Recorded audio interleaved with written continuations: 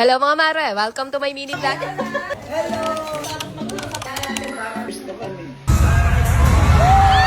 Magandang araw mga mare, for today's vlog, wala muna tayong bahay serye at mga ngapit bahay muna ako dito sa kumari kong Balingkirita. Natats naman ako pagkarating namin dyan dahil kanina pa nga daw kami hinihintay nitong mama at papa ni Mami Kay at gusto nga daw nila magpa-picture sa akin na para bang si Ivana Alawi yung hinihintay nila. Hindi lang po talaga kami nagkakalayo ng itsura noon pero ako lang po ito, si Kumaring Rodalit. At talaga naman ngang nagabala pa sila dito at talagang pinakain pa muna kami. Thank you so much sa palapang mare. At ayun, pagkatapos namin kumain sumilip lang din muna kami saglit dito sa kanilang dream house. At kaya nga pala kami napasugod dito ngayon mga mare dahil ngayong araw nga manonood kami nitong kumare ko ng concert ng Sex Bomb. Sabi ko nga sa kanya, sa amin na lang sila sumabay, susunduin na lang namin sila dito at nang masilip na rin nga namin tong kanilang pinapagawang mansyon. Ayan nga, aba, talaga namang niyayabang agad sa akin tong kanya daw chandelier na paru-paro. Hindi na muna kayo masyadong ililibot dito mga mare at ipapaubaya ko na sa kanya tong moment na to. Basta isa lang ang masasabi ko, sobrang proud at sobrang happy ako sa mga achievement itong kumare ko na to. At alam naman niya yan kung gaano ko siya kamahal, yung tipong dapat pakaliwa yung way namin papunta sa concert pero bumaling pa talaga kami pa kanan para lang masundo siya dito. At after namin doon, bumalik-uli kami dito sa bahay nila. Dito na rin nga ako nakaligo. Naglagay lang din ako nitong YouGlow Babe sunscreen at nagayos-ayos na rin kami. At kamalas-malasa naman mga mare, sa sobrang pagka-excited ko kanina na umalis ng bahay, naiwan ko pala yung boots ko. Diyos me. Kaya dumaan muna kami dito sa Taytay para bumili nga ng boots. At kung napanood nyo, eto yung boots na pinromote ko nung nakaraang video lang na tag 300 pesos lang siya online. Pero dito kay ate, 750 daw. Natawaran naman yan ni Mami Kay ng 600 pesos mga mare. At ayun na nga, nabudol ang mga budulera. Okay lang naman sa amin yun mga mare. Ang di lang talaga namin matanggap, yung mas malaki pa yung dibdib niya sa amin. At shoutout nga pala dito sa mga kumare natin na bumati sa amin dito. Hello po. At after mahigit 2 hours na biyahe mga mare, at nakarating na rin kami dito sa MOA Arena. Makakasama din nga pala namin dito tong kumare namin na napakakinis at napaka-sexy namang talaga, si Mami Wendy.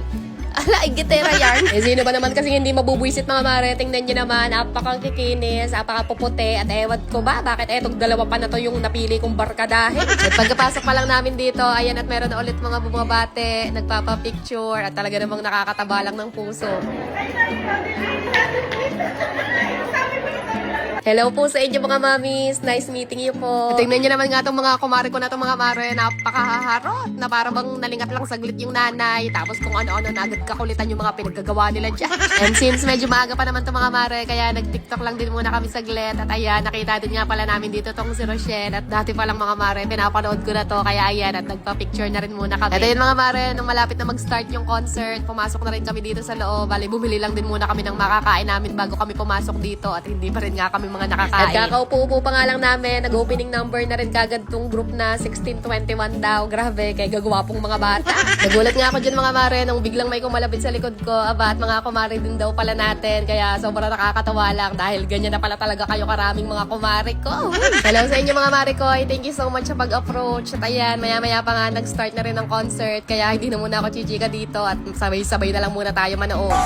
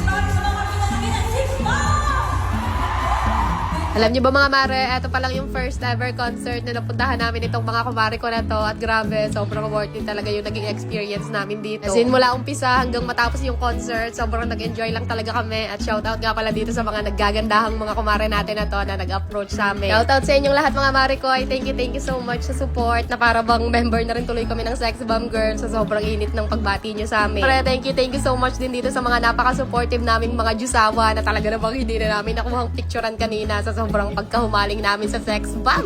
Ay siya, hanggang dito na lang muna ulit ang aking pinaka-latest chika sa inyo. See you again sa susunod nating vlog mga mare ko. Ay, thank you so much for watching. Good night na muna. Tayo lang muna ulit for today.